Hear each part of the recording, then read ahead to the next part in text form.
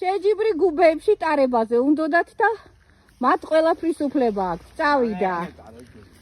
ანი. ოპა.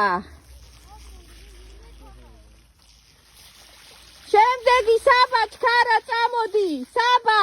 თუ თომა მოდის, კარგი, წამოვიდა ჩქარა. გუბეებში ფეხების აწევით. ვაუ. წამოდი შენ, წამოდი, ფეხები აწიე თომა.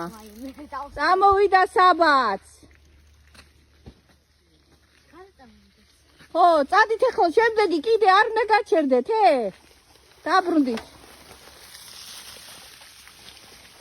ფეხები უნდა აწიო საბა.